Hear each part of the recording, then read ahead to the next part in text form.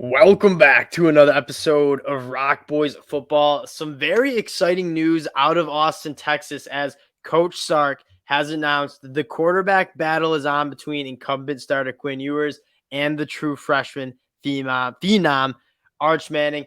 This is, in my mind, like you look at quarterback battles across the country, I don't think there's a more exciting one because when you look at the offense that's going to be around, whatever quarterback wins this job, it's going to be one of the best offenses in the country from a talent standpoint. Again, before we get into the discussion of what quarterbacks we think have the early edge, just want to say thank you to you guys. The support you guys have shown truly means a lot. And the Longhorn fans, when we were doing game previews way back in the fall, you guys were very engaged, letting us know what you thought. And we really do appreciate all that support. So again, if you do enjoy the content, consider subscribing to the channel. We're talking a lot of Texas football just because when you look at teams that are the most exciting heading into 2023, this Texas team is loaded with talent. It's going to be a fun team to follow in spring and in the fall, and also on the recruiting trail, they're just eating up. So again, if you do enjoy the content, consider subscribing to the channel. Dill, I'm going to kick this one off to you.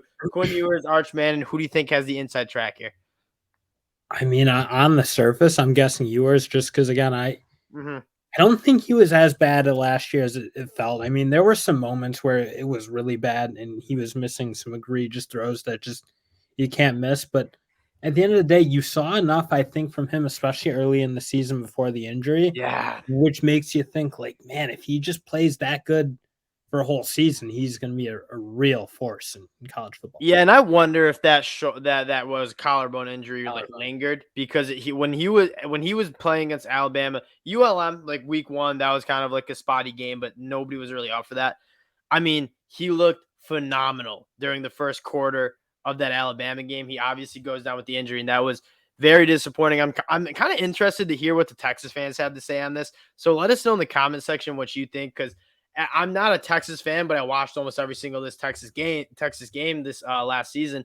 Like, so frustrating. Like, Quinn Ewers at times just seemed like he lost his confidence. He had no rhythm with his wide receivers, especially a guy like Xavier Worthy, just not on the same page, not hitting him in stride. Where if that doesn't get fixed in my mind, and if Coach Sark and that offensive staff don't see an improvement heading into 2023, I mean, I would not be surprised at all if Arch takes this job, because Quinn Ewers down the stretch just it wasn't enough for how good this Texas in my mentality, honestly, as a fan, like, and again, rooting for Michigan, like, I'm always ready for the young guys to play. When the incumbent starter starts in any way slow for me, I'm like, all right, we got a talented backup. Let's roll with the young guy, because it's like, what's the point of watching? I mean, what Quinn Ewers did towards the end of the year just wasn't even close to playing national title contending football. And at the end of the day, when you look at this Texas team, I don't, it's not like they're win now, because what they're doing recruiting and building with the young guys is really impressive. But this is a team with guys like Xavier Worthy, Adonai Mitchell, Jatavion Sanders at tight end. Like, this is going to be an offense that if you play really pretty good at quarterback, you're going to be a high-powered offense.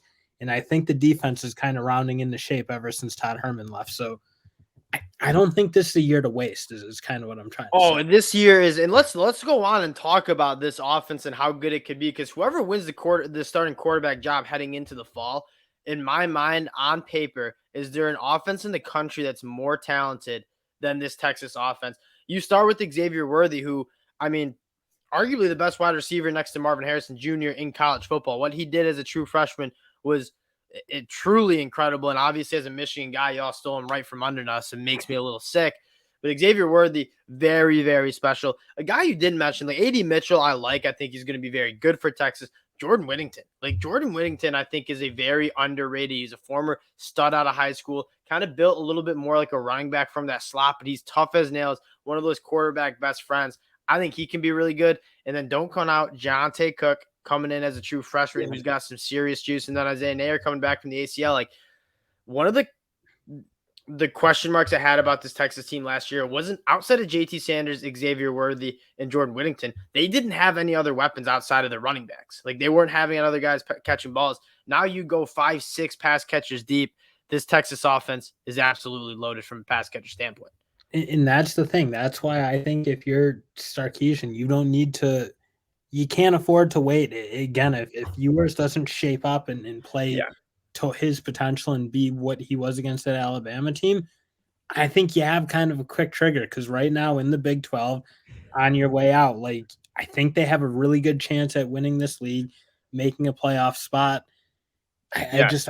I don't think you want to like let that go, being afraid to play the young guy, especially when the young guy has the This talent that Arch this Manning. is a college football playoff offense. Like the Oh, talent that surrounds the quarterback. This is an offense like USC's last year, where it's like you can hang 40 points every Saturday. And That's how even if explosive. Texas has built their offensive line back up, like they're not that physically unimposing team that they were years ago with Tom Herman. Like they're a tough physical team on both sides, frankly. But you look at this offensive line, young guys across the board with Kelvin Banks and Cole Hudson both look like they're going to be big time NFL players. I think DJ Campbell's like you saw flashes of him. I wouldn't be surprised if he earns a spot. And then Christian Jones has been playing solid for forever. It feels like. Uh, Kelvin Banks Jr. It might be one of the best. Oh, He's oh, yeah, yeah. what he did as a true freshman last year was freaky. Like he's gonna be one of the best tackles in me. Like and that you said it best. That Texas team outside of the quarterback play, especially on the defensive side of the ball. And we'll take a look there if you want to, but like this is a much more physical team than it has been in years past, and that's what I think can make this Texas team special. And you have a really good offensive line, you have elite pass catchers, and then even the running back room. Like I get you lose a guy like Bijan, Roshan Johnson, two absolute studs. Cedric Baxter coming in as a true He's freshman. on They have some true freshmen, and if you're looking at a running back who's a true freshman and is ready to play college football right now, it's Cedric Baxter. That dude is absolutely rocked up. And you have another guy, Keelan Robinson, who's an absolute. I think I said his name right, but he's an absolute speedster too. So you have kind of like thunder and lightning there as well. This offense surrounding the quarterback is about as good as it gets. Yeah, and Sark's a genius. That's one thing we know is Yes. whatever else you think about the guy, he knows how to coach offense. That's for sure. This is easily the most exciting. With the spring game is going to be a blast. And again, Texas fans, we'll watch the spring game. We'll get down and recap it because when you look at the most impactful quarterback battle across the country, I think this one is it. If they find, because both of these ceilings are so high. So if Quinn Ewers can reach his potential, if Arch Manning can play and reach his potential as a true freshman, I mean, they are set up to win Heisman trophies. That's how good this offense can be, kind of like what Caleb Williams did, surrounded by a ton of firepower. He reached his potential and was the Heisman Trophy winner. I don't think it's crazy for Quinn Ewers or Arch Manning to be immediately in the Heisman candidate race with how good this offense can be. And Dill, let's take a look at the defense. And we talk a lot about like Texas being the USC of the Big 12 and that they don't play Not defense. anymore. I mean, and you lose some guys that Dylan, we're getting in the draft season, like Moro Jomo, Keandre Coburn, two guys that we absolutely loved. You lose a guy like DeMarvion Overshown, who we both like at the linebacker spot, but this team is also loaded. They brought in a few transfers. I love what they did with the transfers. They didn't bring in a ton, but they got transfers who are going to come in and make an impact right away. But Dale, starting with this defensive line, Baron Sorrell, like one of my favorite and least talked about players in the country. Yeah, you got one of your top dogs coming back. I think the two guys on the inside are, as much as you're losing two stars with the Jomo and Coburn, I think Sweat and Murphy both played a lot of football last year and looked really good. They look like tough physical D tackles that you kind of want. And frankly, what I think you haven't had at Texas for the long time when they couldn't stop the run, couldn't tackle. So I think, again, you look at this team, there's guys as like maybe not super proven, but even a guy like Justice Finkley, what Yeah, was sign me the up. number one recruit in his class or something crazy like that when he was coming out? He looks like he has potential to be a real big time player. So I just think you look across this D line, you did lose some guys, but you're right. You're bringing back one of your top dogs in Barron Sorrell, and then like the other guys played or They rotated in back, like when we were watching like the Jomo and Keandre Coburn film, like they rotated a lot. They had a lot of good depth on the defensive line. And I think they bring back a fair amount of that.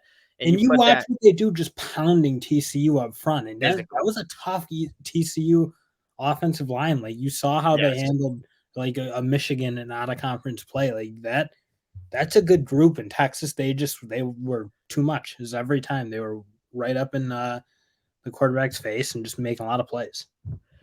At that linebacker spot, Jalen Ford, So arguably one of the good. most. He's phenomenal. I think he's going to be the leader of this defense. And then you have it's kind of cool. You got the senior and Jalen Ford, and then the true freshman Anthony Hill Jr., who I believe they, excuse me, flipped from Texas A&M late in the process. Similar to Cedric Baxter, Anthony Hill's a dude that he's got the body to start right away. And so you're losing a guy like Tucker Dorsey from the transfer from JMU, and you're losing a guy like Overshown. Like Anthony Hill's a dude that can come in right away and be a ball player. And then in the secondary, two transfers that I absolutely love. Gavin Holmes, obviously watching a lot of Wake Forest that I do. You got a great one with him. And then Jalen Catalon, one of the more experienced safeties coming from the SEC at playing at Arkansas. Terrence Brooks, though. Terrence Brooks and Ryan Watts, I think, are both cornerbacks that can be one of the better cornerback duos in the country. But Terrence Brooks, I think he has some serious juice as kind of a young gun here. And at the end of the day, what I think you have is you have a defense that has like the culture in place that just felt like it was like they didn't miss a lot of tackles last year. They weren't getting physically overmatched or you always had talent on Texas, but for whatever reason, it just felt like defensive culture wasn't stressed or something. But again, now I think it's in place, and I think it's in place, frankly, on both sides of the ball. Where this Texas team, you're right, they're not the, I don't know, maybe the USC of the Big 12 or one of those softer teams. Yeah, that's what I would say. Is I made a lot of USC comps, and that was more relating to how good their offense is on paper and how many weapons they have. They play a hell of a lot better defense than USC. And so when I'm making that USC comp, I'm not saying I don't think this Texas defense will be like a top 15 unit, but I also think they're probably going to be in the top 30. And that's all. If this offense reaches what they can do, they don't need a top 5, top 10 defense in the country because you're hanging 40 every Saturday. So if you have a defense that's just playing solid, getting some turnovers, some extra possessions for that offense, you'll be just fine. I think the story of this Texas offense or Texas team, it has to do with the offense side of the football, particularly the quarterback. Like if Quinn Ewers or Arch Manning, and what a problem to have. 2 number 1 overall recruits from their class battling it out. Like you got to think Sark and that coaching staff will get the right one, and that offense will absolutely cook. Yeah, no, I have no doubt their offense is going to score a lot of points. Even last year, they didn't look like they were ever really caught their rhythm ever since Bam, and still scored, frankly, a lot of points. So, yeah, I think they're going to be a problem to stop. And again, I don't think this is a year to waste. I'll say this right now. I think this is Big 12 championship, college football playoff appearance or bust for Texas. I think that's how good this roster is. I know that sounds crazy with how much they struggled at times, but I think you look at the Big 12 this year, I think there's a lot of question marks. Including Texas, but I think Texas is on paper the most talented team. And last year they weren't that far off. Like if you look at the scores, everybody was right around each other. Just Kansas State and TCU managed to kind of make their way through it less mistakes. And if the quarterback play gets just 15% better, like that's a team that wins the Big 12 last year with how good that defense was. The one game where it's like you look at this schedule, the one game you're probably not favored in is on the road to Alabama. But that's an Alabama team that you're getting week 2 that has a ton of question marks of their own. They're probably going to be playing like 3 or 4 true freshmen. Outside of that, like I'm looking at this schedule, and there's not a lot of Big 12 teams that scare me. Oklahoma has a lot to figure out. TCU, I just loses a ton. So and I'm interested to hear what Texas fans say. But in my opinion, looking at this roster, looking how their schedule shakes out, I think it's not national championship or bust, but college football playoff or bust for the Texas Longhorns in 2023. And again, wanted to keep this one short, talk a little quarterback battle, talk some spring practice previews, and we appreciate the Longhorn fans for checking us out again. Come back when we're taking a look at this spring game. We did it last year too. It's a very, very fun time to talk about what the future looks like, and we appreciate the support you guys have shown. If you do enjoy the content, consider subscribing to the channel, and we'll talk to y'all later. Peace.